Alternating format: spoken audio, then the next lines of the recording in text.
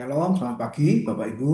Judul renungan pagi kita hari ini adalah tetap di dalam Kristus. Bacaan kita sudah sampai di Kolose pasal yang kedua dan kita boleh merenungkan dua ayat, yaitu ayat 6 dan 7 untuk mengawali hari kita sepanjang hari ini. Firman Tuhan berkata, kamu telah menerima Kristus Yesus Tuhan kita, karena itu hendaklah kamu hidupmu tetap di dalam Dia. Hendaklah kamu berakar di dalam Dia dan dibangun di atas Dia. Hendaklah kamu bertambah teguh dalam iman yang telah dipercayakan kepadamu, dan hendaklah hatimu melimpah dengan syukur. Saudara, sejak saya dan saudara menerima Kristus sebagai Tuhan dan Juru Selamat kita, maka kita ini diberi status baru oleh Tuhan menjadi manusia baru atau ciptaan baru. Itu dimulai dari kelahiran baru kita.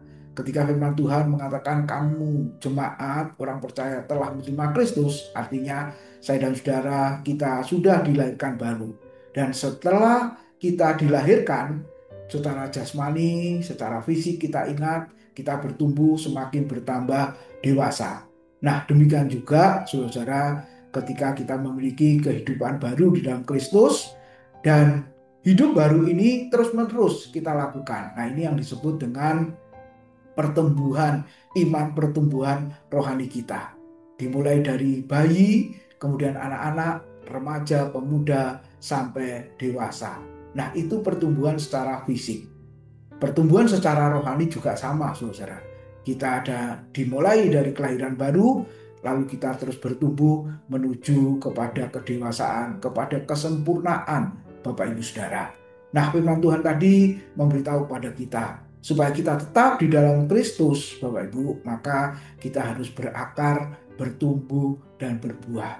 Analogi tentang tumbuhan, saudara-saudara, tanaman diajarkan kepada kita. Apa artinya tumbuhan itu harus berakar?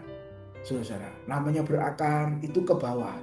Jadi artinya sebenarnya orang percaya itu, saudara, harus berakar kuat, tertanam, Bapak Ibu Saudara, di gereja lokal. Nah, seringkali orang Kristen itu tidak sadar pindah gereja satu, pindah ke gereja yang lain. Ya, kalau hanya sekali boleh, tapi kalau terus-menerus pindah-pindah begitu, saudara, maka dipastikan rohaninya tidak akan bertumbuh. Sama seperti tanaman di sebuah pot, kita tanam, kemudian berapa hari kemudian kita cabut, kita pindah, tanam ke tempat lain, pasti tanaman itu mati. Demikian juga kehidupan rohani kita. Nah, yang kedua harus bertumbuh. Dikatakan tadi bertumbuh, dibangun di atas Kristus. Jadi dasar segala sesuatu dalam hidup kita, pelayanan kita, itu adalah Kristus dan bukan yang lain. Dan dipastikan kalau sudah berakar ke dalam, bertumbuh ke atas, pasti berbuah. Nah, firman Tuhan tadi mengatakan bertambah teguh di dalam iman yang diajarkan kepadamu.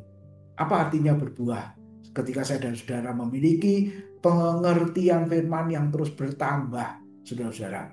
Kenapa kita harus mengerti firman, saudara? Karena untuk mengantisipasi ajaran-ajaran sesat yang terus muncul yang ada di sekeliling kita. Jadi kalau saya dan saudara sebagai orang percaya tidak memahami ajaran yang benar, pasti kita bisa ikut disesatkan. Dan setelah semuanya itu, Bapak Ibu, berakar, bertumbuh dan berbuah, pasti hati kita akan melimpah dengan ucapan syukur. Kenapa? Karena kita mengalami pertumbuhan iman. Bertumbuh bukan sekejap, bertumbuh perlu waktu, bertumbuh perlu proses. Dan biarlah saya dan saudara bisa menikmati proses pertumbuhan itu. Kiranya Tuhan boleh menolong kita untuk terus tetap di dalam Kristus. Selamat pagi, Tuhan memberkati.